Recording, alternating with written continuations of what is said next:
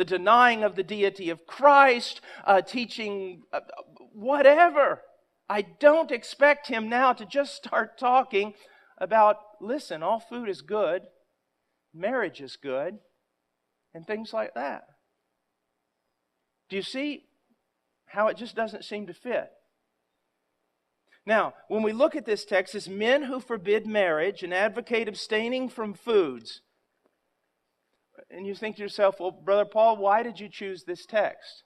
I mean, we have no one in our church who is advocating that we shouldn't get married or that we should abstain from certain foods. If there is one problem that at least this church does not have, is an unwillingness to get married, have children, and eat. So what does this have to do with us?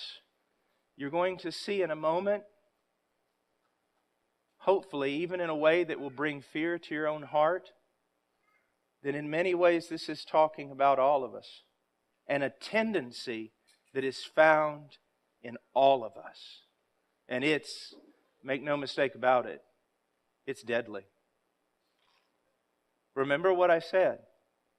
A Satanist walks in and says he's a Satanist. We're not going to listen.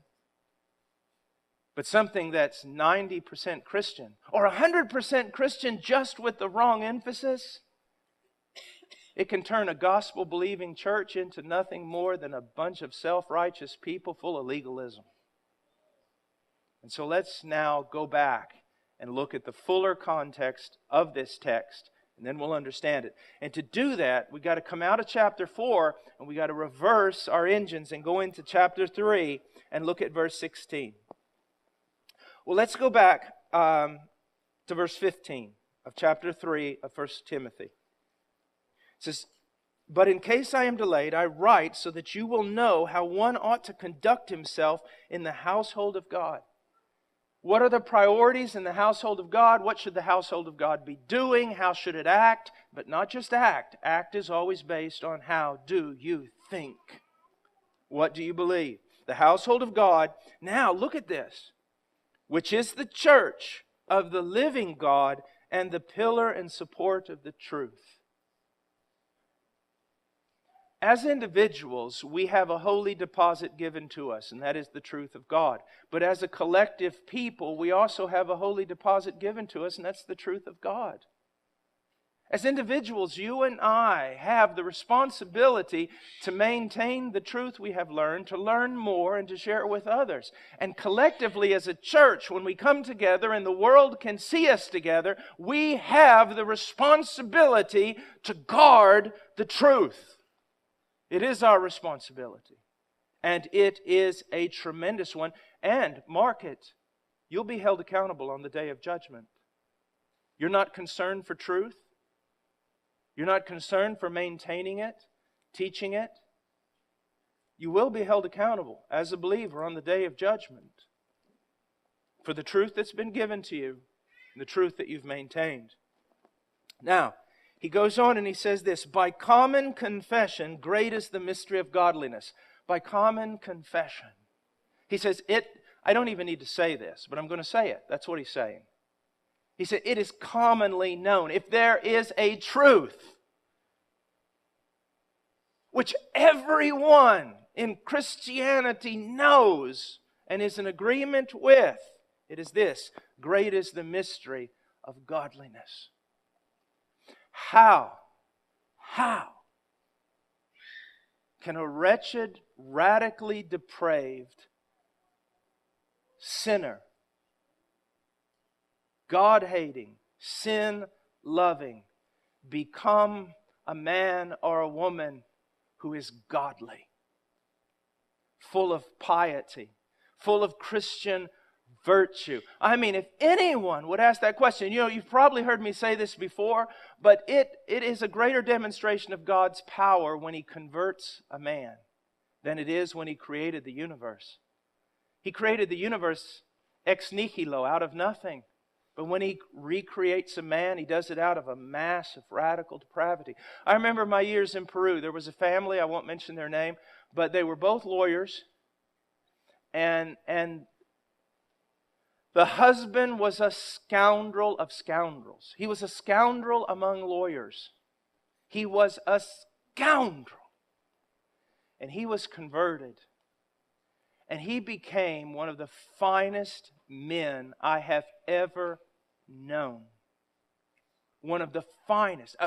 How does that happen? That's a mystery.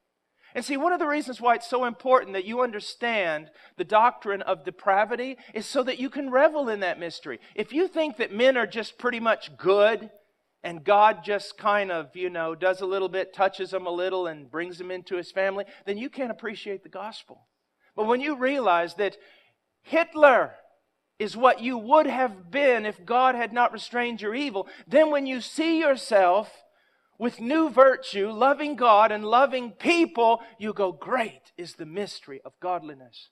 It's a mystery that science hasn't been able to figure out. I mean, we can land a man on the moon, but we can't make a safe neighborhood. God can.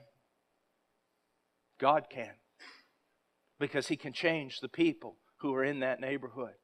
Great is the mystery of godliness. And what is that mystery? We see it before us here in verse 16. It is the gospel. It is really a person. He. Mystery of godliness. He. Christ, the Son of God, who was revealed in the flesh, was vindicated in the Spirit. What does that mean?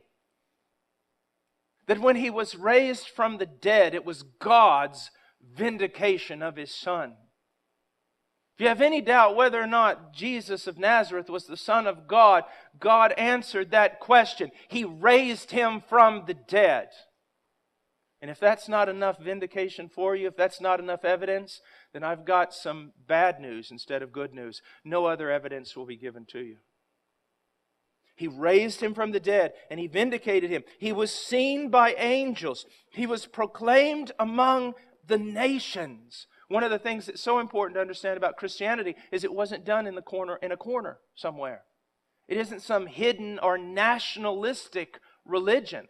It's been proclaimed among the nations, and people from every tribe and nation and language. Most have already come into the fold, and others will before He comes back. You see, when you look at Christianity from the perspective of the West or the United States, you might say, wow, small minority. Small minority. You go to Indonesia, you look at the amount of Christians, and you might say, small minority. But if you take all the Christians from every country of the world and you bring them all together, you see this is the biggest thing going. So He was vindicated in the Spirit. He was seen by angels. He was proclaimed among the nations. He was believed on in the world. He was taken up into glory. He has outlined for us the gospel of Jesus Christ. Now, what is the great mystery? The revealed mystery now. What is the great truth, the only truth that can make a man godly? That can make a man pleasing to God? That can give a man true piety? What is the only thing that can do that? The gospel of Jesus Christ. The gospel of Jesus Christ not only saves us, the gospel of Jesus Christ is the primary means of sanctifying us, of changing our lives, of making us imitators of God in Christ. It is this message of the gospel. It is understanding the gospel. And in that understanding of the gospel, being changed by it, and the greatest manifestation of that change being faith towards God and love towards the saints. And it's the only message. You see, here's one of the great problems in the church today. We thoroughly believe Romans chapter 1, verse 16.